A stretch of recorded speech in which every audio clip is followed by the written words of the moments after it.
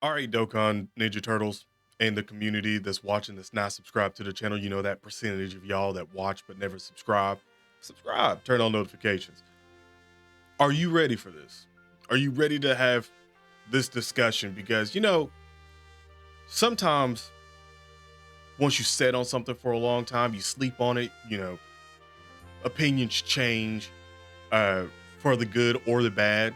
And right now, this is probably this. I don't think my opinions necessarily changed on anything since the early live stream. Again, shout out to Live Crew, uh, the early live stream of the actual 11th anniversary. I don't think anything's necessarily changed upon what I was seeing, what I grasped, and really just my own opinions and not anybody else's. If you have not seen the units or anything along the lines of that, I highly recommend you go check it out. Watch the animations yourself. Like I said, they're all right here. I can literally all play them. I still might while I'm talking. I don't know about putting audio on just for a second because I'm talking about this one. Like I said, you can go check these out at any point in time that you want. Um, my opinions on the card is exactly necessarily the same for the Daimo Goku and the Daimo Vegeta, and also the dude. I'm going to be straightforward and I'm going to say this. I personally think that they held back quite a bit. And as I'm saying this, held back at certain times, you're going to necessarily see what I'm talking about in certain key frames of their animations. Like it definitely feels like it was like right there to go crazy. And what I mean by crazy is us getting the Gogeta and then the Trunks and the fusions from the 10-year anniversary. That's that package of animations, that all out animations that we put so much budget in these animations.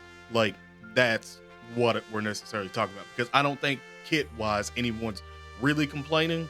I haven't seen anyone complain about kit wise. I'm gonna be straightforward and say the kits are like 10 out of 10. They're gonna be godly. Like the amount of damage, the amount of tanking, and all this. Like it's genuinely a new usher in for a new meta. I mean, dude, the spicy unfeatured unit, dude, is wild.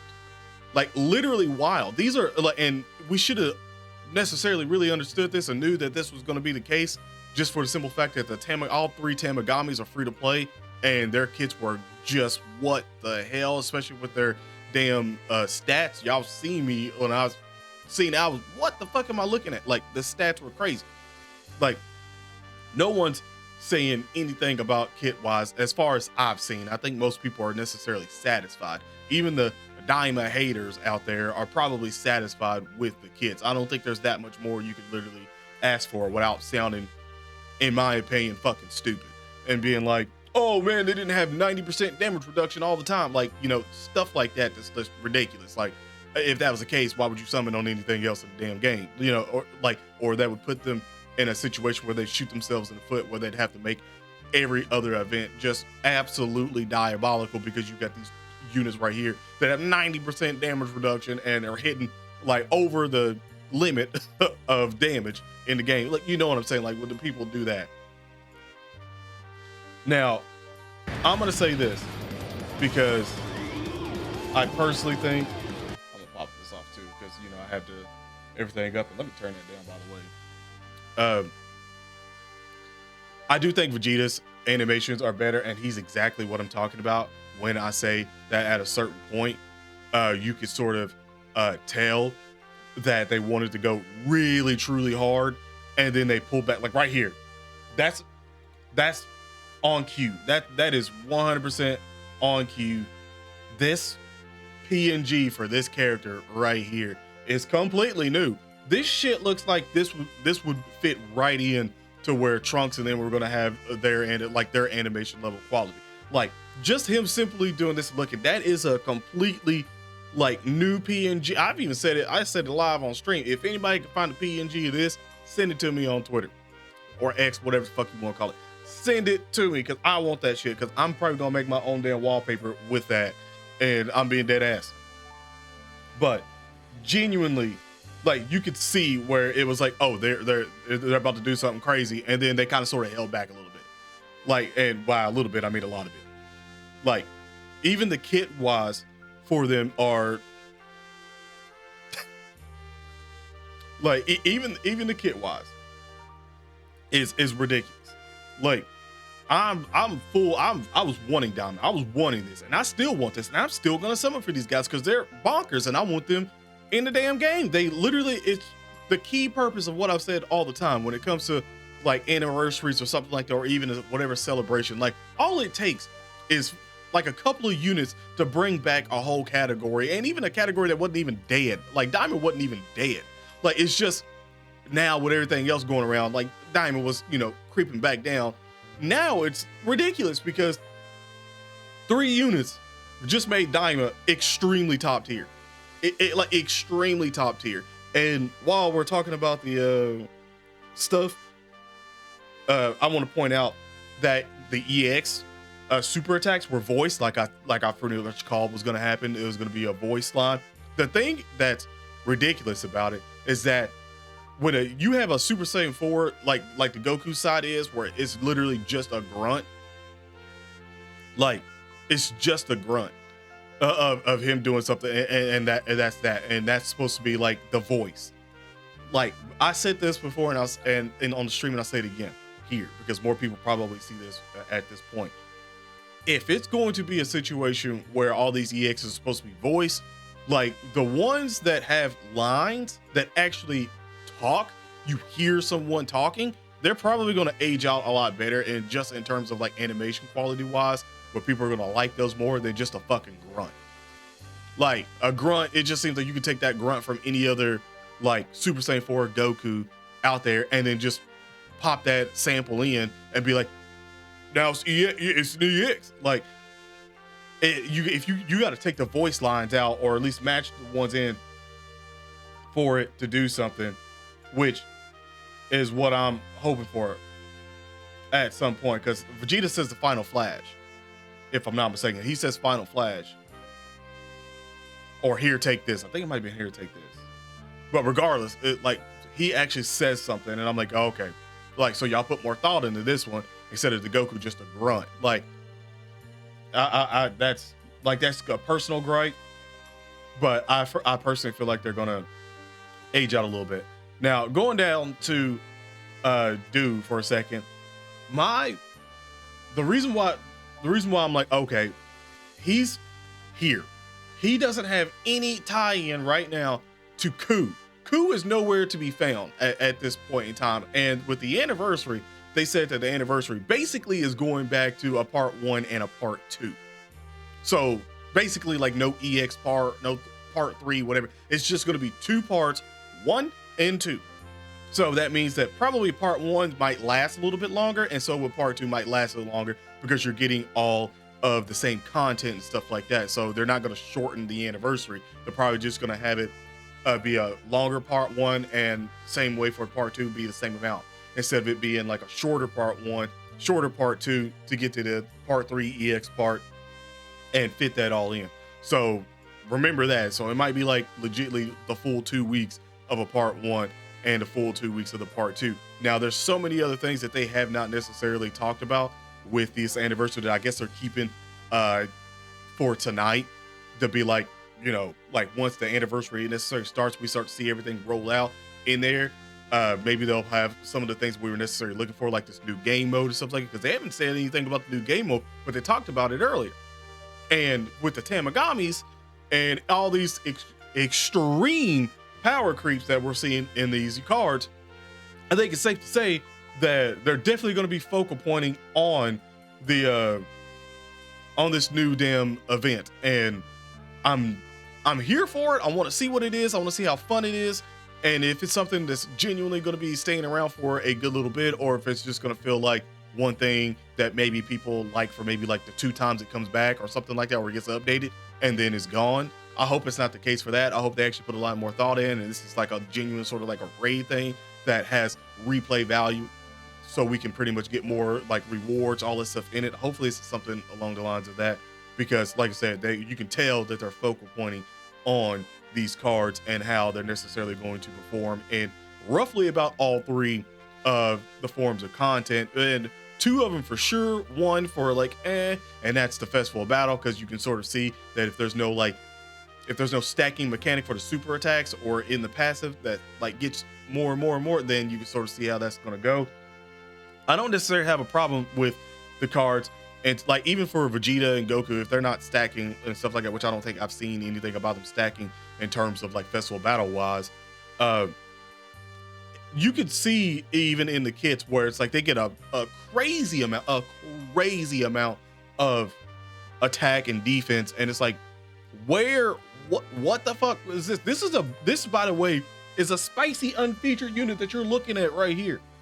Like, started out with 250, another 250 with 12 or more key, another 250 attack, and interrupts the enemy's attacks when there's another Daimo or Majin power or demonic power category ally attacking in the same turn.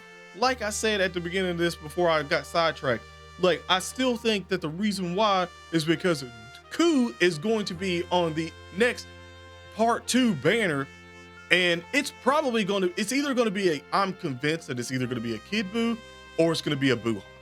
And one of the reasons why I'm saying Buuhan is because Legends just got their Buuhan announced, and y'all know what they do.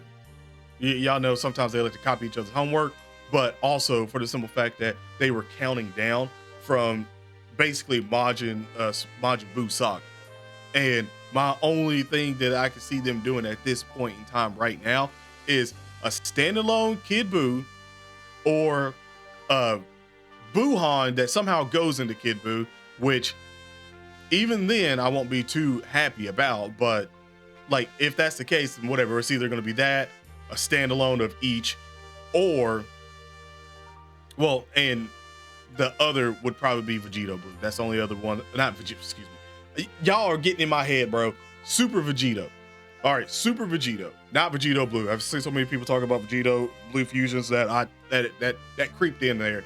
Like, that's what I'm looking at. And I think Vegeta is probably a standalone, like his own thing that's probably going to happen. The only reason why I'm sort of teetering off from Kid Buu a little bit is just for the simple fact that I'm like, well, Buuhan don't have his own standalone at this moment in time. And if this is the case, and we do see that we have Majin power right here, like showing like, hey, remember how they sort of secret buff things before we get to things where they're just like, hey, we're gonna slide this in real quick.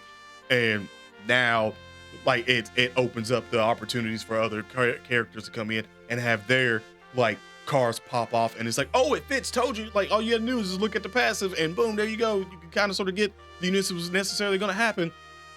And I mean, they could still do Kid Buu standalone and Super Vegeta standalone and be just fine, because I mean, like I said, those are two anticipated characters that again would go absolutely crazy. The Vegeta stands out there would finally go, oh yeah, and then everybody that's been wanting Kid Buu in the game would finally be like, yeah, and that would probably be where all of the budget is going. And I can sort of tell you right now that if you again have just looked at the animations and been like, a little lacking, somebody's got to get the budget. What said last night on stream, pretty much all the chat was the same way. Like, somebody's got to get these budgets. It's got to be in the part 2. Like, and it would make sense if Vegeta was one of them, because a fusion, they could sneak a fusion in there and have extreme budget. And then also Kid Buu that would have extreme budget as well. And that's something that we've been waiting for, and we know for a fact that if they don't do them right, you know how the community is going to act. Like, you know how the community is going to act. So, and my closing arguments on this, I think this is how this is necessary going. And like I said, that's only for this. Like, I'm only popping them up, but I'm going to pop up the Goku and also the Vegeta, so you can sort of stop it and look at it at any point in time, and come back in the comments. Like, Vegeta is a carnival that is leading 2 categories, and we haven't had that before of leading 2 categories. He's leading 2 categories, which is insane and tells us quite a bit of what's going to happen going forward. And I mean, like I said, you can see, like, I've had my gripes for a lot of things, and I was like, I think they held back on Gohan and Piccolo, I was like, yo, they held back on Gohan and Orange Piccolo.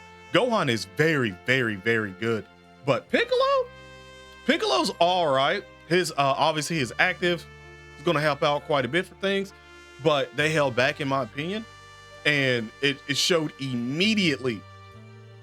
If Piccolo and Gohan would have had 300% right off the bat, like on both, for their literally getting the 300% infinite, like that's just there.